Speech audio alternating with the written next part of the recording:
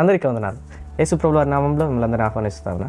ఇది నా సంఘంలో చాలా మటుకు చాలా చోట్ల కూడా వస్తున్న సమస్య ఏంటంటే, ప్రాముఖ్యంగా సిఎస్ఐ చర్చెస్లో ఉండినటువంటి సమస్య ఏంటంటే, కొంతమంది సిఎస్ఐ చర్చెస్లోను ఉండినటువంటి సిద్ధాంతాలకు వేరే సంఘాలకు కాస్త సైద్ధాంతిక సమస్యల వల్ల చాలా మటుకు మనకు వస్తున్న సవాళ్ళు, మొదటిది స్త్రీలు ముసుగు వేసుకోవాలి.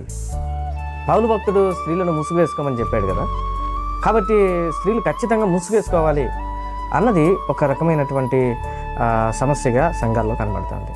సో నేను ప్రాముఖ్యంగా ఈరోజు పౌలు భక్తుడు కొరింథీయులకు రాసిన మొదటి పత్రిక 11వ అధ్యాయంలో చెప్పబడినటువంటి మాటను ఈరోజు మీకు జ్ఞాపకం చేయబోతాను. మొదటిదిగా ఈరోజు ఈ భాగంలో పౌలు భక్తుడు స్త్రీ తల మీద ముసుగు వేసుకోవాలి అనే అంశం మీద మాట్లాడుతూ ఏమంటా ఉన్నాడంటే, నేను క్రీస్తుని పోలి నడుచుకున్న ప్రకారం మీరు నన్ను పోలి నడుచుకున్నాడే అని మొదట కొరింథీ సంఘంతో ఆయన మాట్లాడడం చూస్తాం.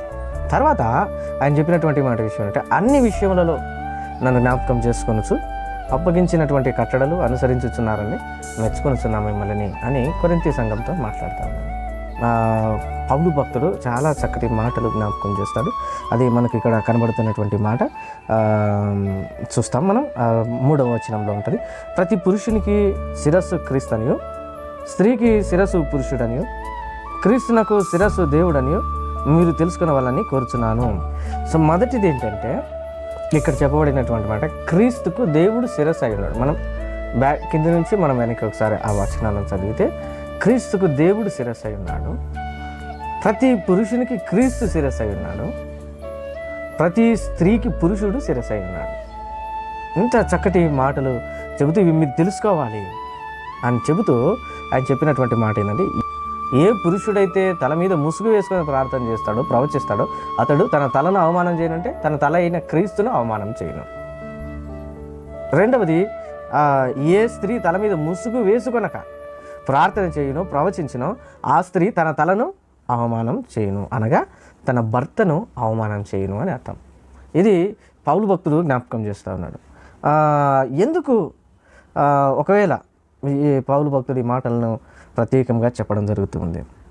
ఈ భాగంలో మనం చూస్తూ ఉన్నప్పుడు, స్త్రీ ముసుగు వేసుకొనని ఎడల ఆమె తల వెంట్రుకలను కత్తిరించుకొనుట అయినను, క్షౌరం చేయించుకుంటే అయినను, స్త్రీ అవమానమైతే ఆమె ముసుగు వేసుకొనవలెను అంటూ కొన్ని విషయాలు ఇక్కడ పౌలు భక్తుడు జ్ఞాపకం చేశాడు.